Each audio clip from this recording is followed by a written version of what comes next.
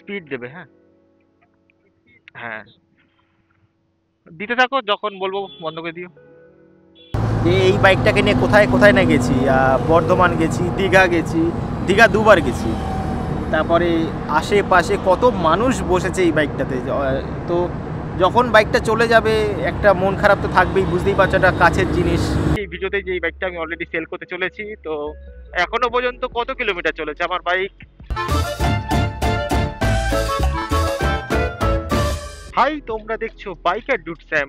আজকের ভিডিওর থাম্বনেল দেখে নিশ্চয়ই, আরে মার্সিডিজ, আজকের ভিডিওর থাম্বনেল দেখে নিশ্চয়ই বুঝতে পেরেছেন যে আমি আমার কেটিএমটা সেল করতে চলেছি। তো আজকে কেটিএমটাতে একটু আমি পেট্রোল ভরাতে নিয়ে যাচ্ছি, এখন একটু মনটা খারাপ, কারণ এই বাইকটার সাথে কিন্তু অনেকটা স্মৃতি কিন্তু আমার জড়িয়ে রয়েছে এই বাইকের সাথে। এই দীঘা যাওয়া, তারপরে অনেক অনেক জায়গায় যাওয়া, যেমন বর্ধমান যাওয়া, আর সবকিছু মানে ব্লগে নেই, মানে তখন আমি ইউটিউবে এরকম ভিডিওস বানাতাম না। তো প্রথমে আজকে আমরা যাবো স্পিড 97 এর জন্য, কারণ আমাদের বাইকে যেহেতু ইথানল সাপোর্ট করে না, মানে ইথানল মানে ই20 যেহেতু আমার সাপোর্ট করে না, আমার ই10 এর বাইক, তো স্পিড 97 আপাতত ভরাতে চলেছি। ওটাতে একটু হলেও ইথানল কম আছে, আছে একটু হলেও কম আছে। তো আমি চাই পরবর্তীকালে এই বাইকটা যার হাতে যাবে সে যেন এটাকে খুব ভালো মতো যত্নে রাখে। তো কি বলবো আর, একটু কথা আজকে জড়িয়ে জড়িয়ে যাচ্ছে, কারণ বাইকটার সাথে একটা ইমোশন আছে। এই ককপিটটা একসময় খুব পছন্দের মতো ছিল, ঠিক আছে। এই যখন মেতেরা হিরো যখন বেরিয়েছিল তখন আমি এই বাইকটাই দেখেছিলাম, খুব পছন্দ হয়েছিল। এছাড়াও সাউথের যদি কিছু সিনেমা বলি, রাম পথিনেনির কিছু সিনেমাতেও কিন্তু এই বাইকটা কিন্তু দেখা গেছে। তো তখন থেকে একটা কিন্তু বাইকের ইচ্ছা ছিল যে এই বাইকটা যদি কখনো কিনি, ওন করি। তো বেশ কিছুদিন আমি কিন্তু ওন করলাম।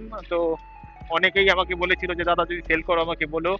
তো এখন আমি বলে দিচ্ছি এই ভিডিওতে যে এই বাইকটা আমি অলরেডি সেল করতে চলেছি। তো এখনো পর্যন্ত কত কিলোমিটার চলেছে আমার বাইক এতদিনে, বড় জোর যদি আমি দেখি আমার সার্ভিস হিস্ট্রিও তোমরা যদি চেক করো কেউ, বড় জোর 32,000 কিলোমিটার চলেছে কিন্তু, ঠিক আছে আমার বাইক।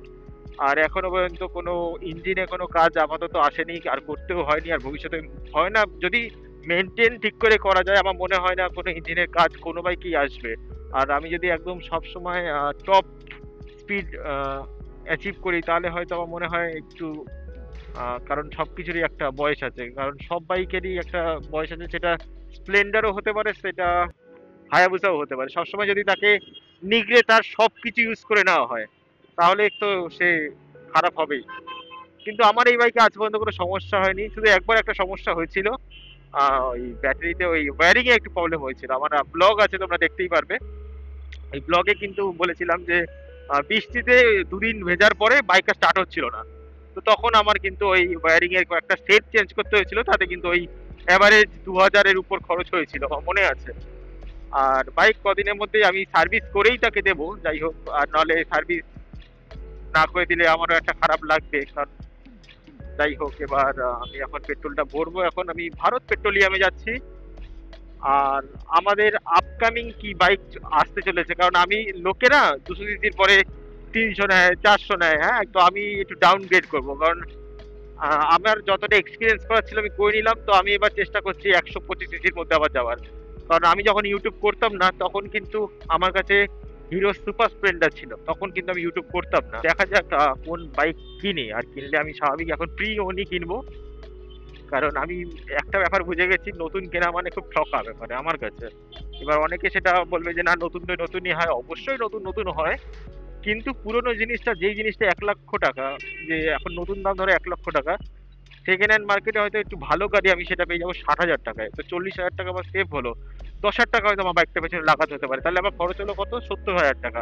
30,000 টাকা কিন্তু প্রফিট। আমি যখন আবারও সেল করতে যাবো বাইকটাকে, তখন কিন্তু আমি অনায়াসেই 50,000-এ বিক্রি করতে পারবো। তো আমার লস কত গেল, 20,000 টাকা লস গেল।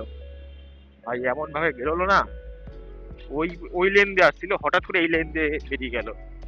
যাই হোক, হয়তো তারা ছিল। এই মুহূর্তে আমি এখন চলে এসেছি তাহলে কোথায়, কামারহাটিতে।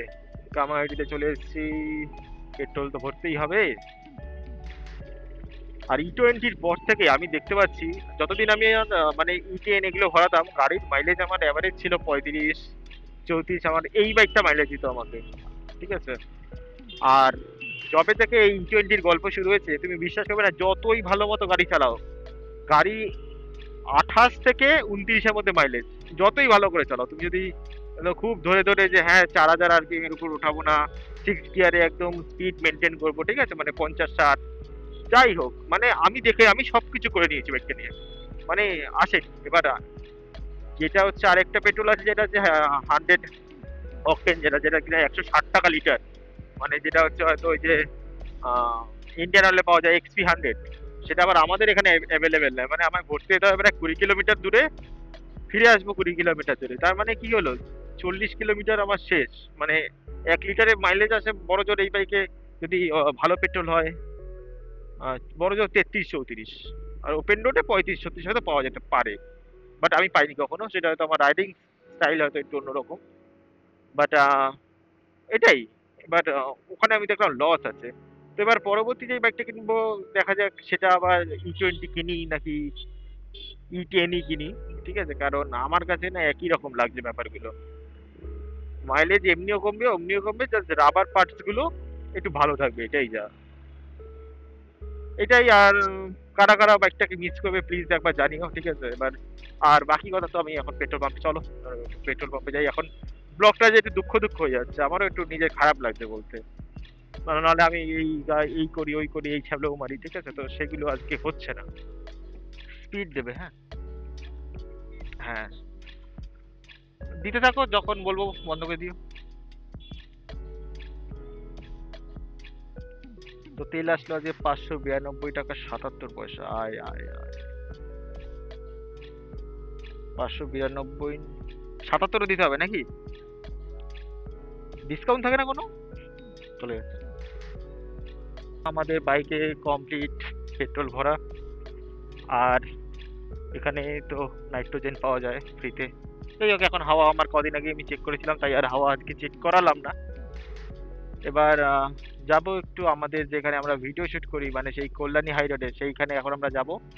গিয়ে তোমাদের সাথে, আমরা বলছি কেন, আমি যাচ্ছি, যাই হোক। তো আমি এখন যাচ্ছি ওখানে, গিয়ে তোমাদের সাথে কথা বলছি, চলো। ক্যামেরায় আসলে এই বলি ওই বলি যে বাইকের এই ডিটেলস ওই ডিটেলস, যখন আজকে যখন একটা কঠিন সময় আমি দাঁড়িয়ে আছি একা, তো বাইকটাকে যখন সেল করে দিচ্ছি না, অনেক কথা মনে পড়ে গেল যে এই বাইকটাকে নিয়ে কোথায় কোথায় না গেছি। বর্ধমান গেছি, দীঘা গেছি, দীঘা 2বার গেছি। তারপরে আশেপাশে কত মানুষ বসেছে এই বাইকটাতে। তো যখন বাইকটা চলে যাবে একটা মন খারাপ তো থাকবেই, বুঝতেই পারছো, একটা কাছের জিনিস, শখের জিনিস। সবথেকে বড় কথা আমার কাছে, যদি আমাকে কেউ যদি বলে যে সারাদিন না খেয়ে বাইক নিয়ে ঘুরে বেড়াও, আমি সেটাতে রাজি আছি। কোন কিছু কথা বলবো না। তো আজকের ব্লগটা আমি এখানেই শেষ করতে চলেছি। তোমাদের সাথে দেখা হবে নতুন কোনো ব্লগে, যাই না ততদিন ওই বাইকটা থাকবে কি না। হ্যাঁ, কিছু একটা বাইক নেবো, সেটা নিয়ে আবার তোমাদের সাথে ভিডিও করব। তো চলো সেটা দেখতে থাকো।